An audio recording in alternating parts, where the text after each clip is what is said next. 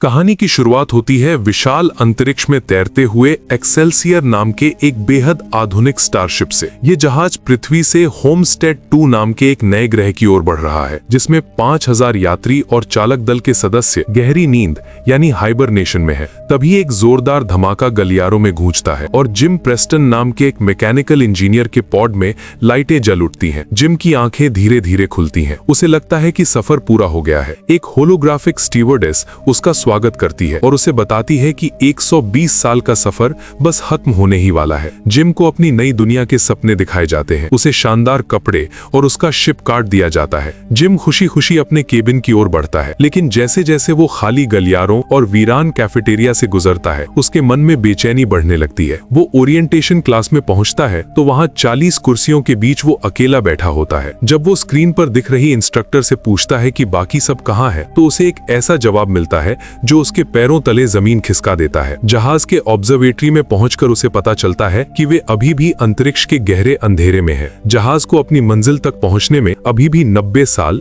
3 हफ्ते और 1 दिन का समय बाकी है। जिम को एहसास होता है कि वो बहुत जल्दी जाग गया है। घबराया हुआ जिम वापस अपने हाइबरनेशन पॉड की ओर भागता है। वो पागलों की तरह उसे फिर से चालू करने की कोशिश करता है, उसे पीटता है, लेकिन मशीन सिर्फ एक ही मैसेज दिखाती है, पैसेंजर डिस्चार्ज्ड। वो क्रू मेंबर्स के सेक्शन में जाने की कोशिश करता है, लेकिन वहां के दरवाजे अभेद्य हैं। हताशा में वो पृथ्वी पर मदद के लिए एक मैसेज भेजता है, लेकिन उसे बताया जाता है कि उसके मैसेज को पहुंचने में 19 साल लगेंगे और जवाब आने में कुल 55 साल। अब जिम इस विशाल लोहे के पिंजरे में पूरी तरह अकेला है, जहां उसका साथ देने के लिए सिर्फ आर्थर नाम का एक एंड्रॉइड बारटेंडर है, जो खुद एक मशीन है। जिम आर्थर से कहता है कि वो इस जहाज पर बुढ़ापे से मर जाएगा, लेकिन आर्थर उसे ठंडे दिमाग से जवाब देता है कि जीना मायने रखता है, मरना नहीं। 1 साल बीत जाता है। जिम ने अपनी दाढ़ी बढ़ा ली है।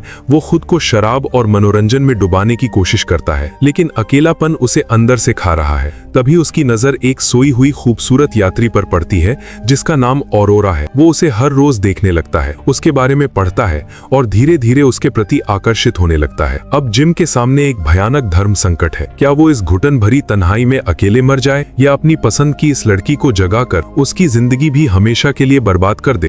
जिम की तन्हाई अब एक पागलपन की हद तक पहुंच चुकी है। वो घंटों ऑरोरा के पॉड के पास बैठा रहता है, उसके पुराने वीडियो देखता है और उसकी लिखी किताबों को पढ़ता है। उसे पता चलता है कि ऑरोरा न्यूयॉर्क की एक लेखिका है, जो ब्रह्मांड के सफर पर इसलिए निकली है ताकि वो वापस लौटकर एक ऐसी कहानी लिख सके जो किसी और ने न लिखी हो। जिम को उससे प्यार हो जाता है, लेकिन ये प्यार एक काले साए जैसा है। वो आर्थर से पूछता है, अगर तुम प्यास से मर रहे हो और तुम्हारे पास एक संदूक है जिसे सिर्फ तुम खोल सकते हो, तो क्या तुम उसे खोलोगे? आर्थर उसे समझाता है कि फंसा हुआ इंसान कभी कभी वो करता है जो उसे नहीं करना चाहिए। कई हफ्तों की कश्मकश और आत्मग्लानि के बाद जिम आखिरकार एक भयानक फैसला लेता है। वो ऑरोरा के हाइबरनेशन पॉड के मैनुअल कंट्रोल के साथ छेड़छाड़ करता है। उसका दिल तेजी से धड़क रहा है। वो जानता है कि वो एक मासूम इंसान की जिंदगी चुरा रहा है, उसे अपनी तरह इस पिंजरे में उम्र कैद की सजा दे रहा है। एक छोटा सा स्पार्क होता है और ऑरोरा का पॉड धीरे धीरे खुलने लगता है। जिम घबराकर वहां से भाग जाता है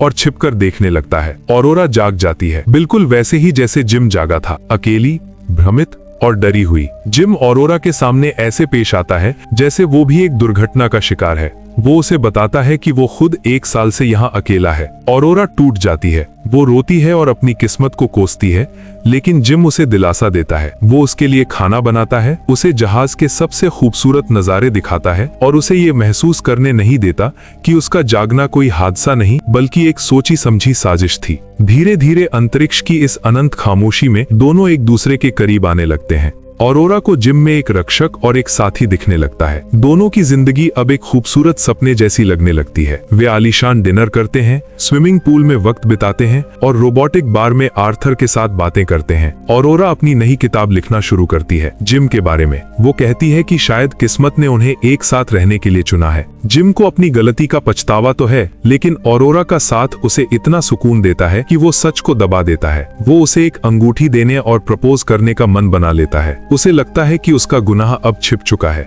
जिम और ऑरोरा की पहली एनिवर्सरी की रात है। जिम बहुत खुश है, लेकिन वो एक पल के लिए ऑरोरा को अकेला छोड़कर कुछ लाने जाता है। ऑरोरा बार पर आर्थर के साथ अकेली है। वो आर्थर से कहती है, हम दोनों के बीच अब कोई राज नहीं है।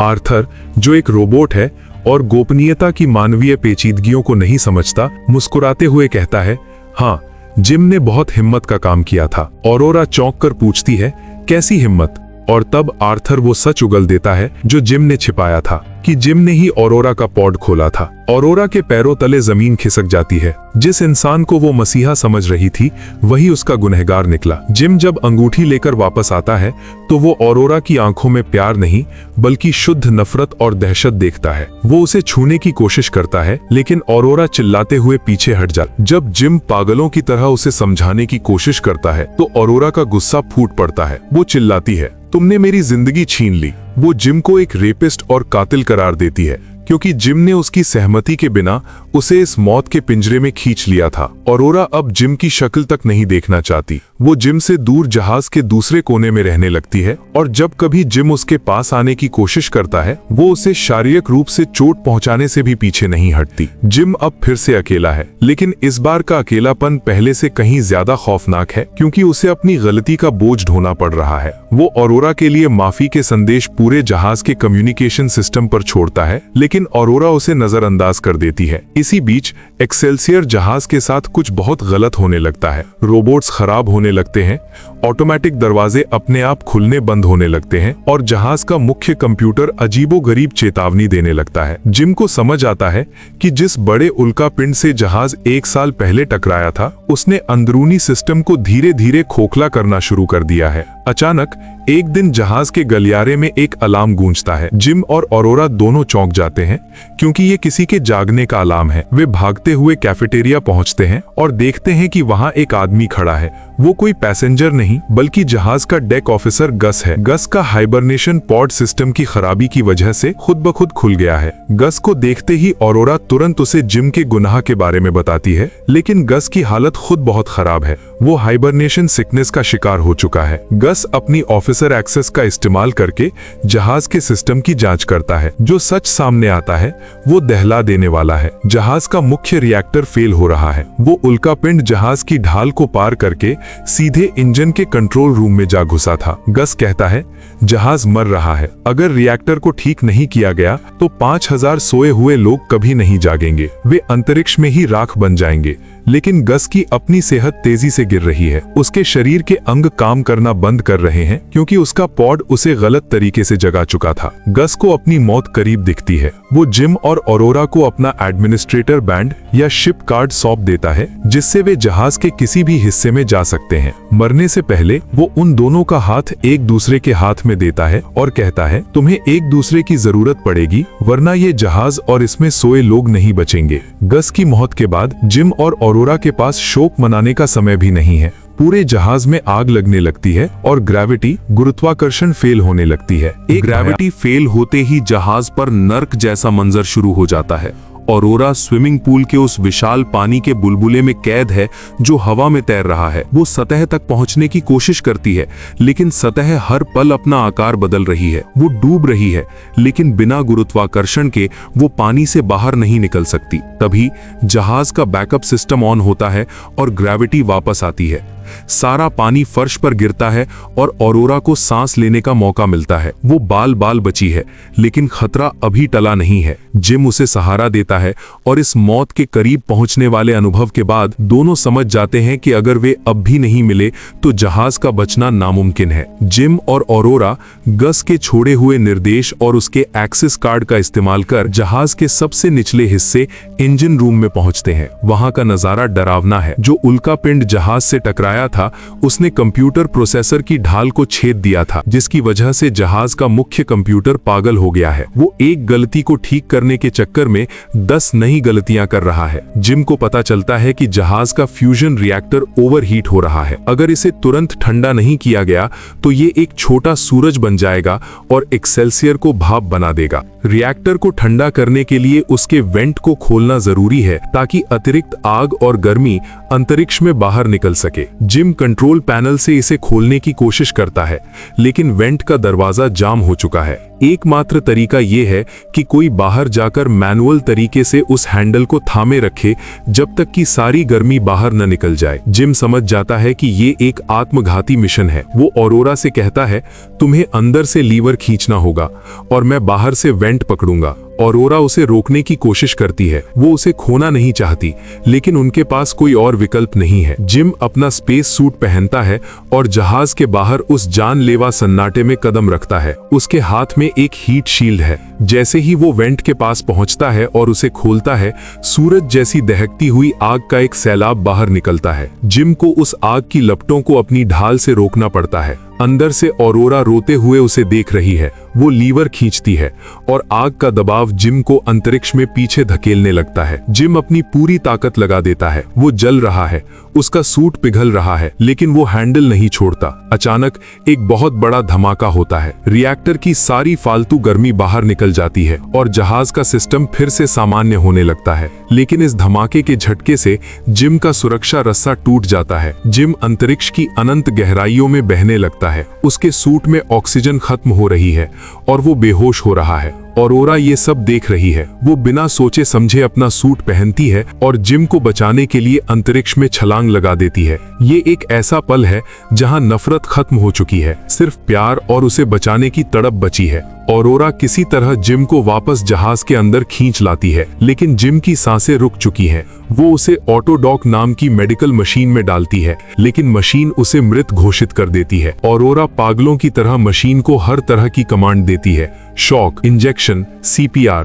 वो चिल्लाती है, तुम मुझे यहाँ अकेला नहीं छोड़ सकते। ऑटोडॉक मशीन मृत घोषित कर चुकी थी, लेकिन ऑरोरा हार मानने को तैयार नहीं थी। वो पागलों की तरह इमरजेंसी ओवरराइड कमांड्स देती है। वो गस का एडमिनिस्ट्रेटर कार्ड इस्तेमाल करती है और मशीन को एक साथ कई प्रोसीजर, कार्डियक रिससिटेशन और मेटाबॉलिक रीस्टार्ट करने का आदेश देती है। मशीन के झटके जिम के शरीर को हिला देते हैं। अचानक जिम के फेफड़ों में हवा भरती है और वो खांसते हुए होश में आ जाता है। ऑरोरा उसे गले लगा लेती है। उसकी आंखों से बहते आंसू नफरत के पूरी तरह धुल जाने का सबूत थे। जिम मौत के मुंह से वापस आ गया था। जहाज अब सुरक्षित है, रिएक्टर शांत हो चुका है और 5000 यात्री अपनी नींद में सुरक्षित हैं। लेकिन कहानी यहाँ एक भावुक मोड़ लेती है। जिम को ऑटोडॉक की सेटिंग्स चेक करते समय एक ऐसी बात पता चलती है जो उसने कभी नहीं सोची थी। चूंकि ये एक बहुत ही आधुनिक मेडिकल मशीन है, जिम को पता चलता है कि ये मशीन किसी को वापस हाइबरनेशन यानी गहरी नींद में सुलाने की क्षमता रखती है। लेकिन एक समस्या है, पूरे जहाज पर केवल एक ही ऐसी मशीन है। जिम ऑरोरा को ऑटोडॉक के पास बुलाता है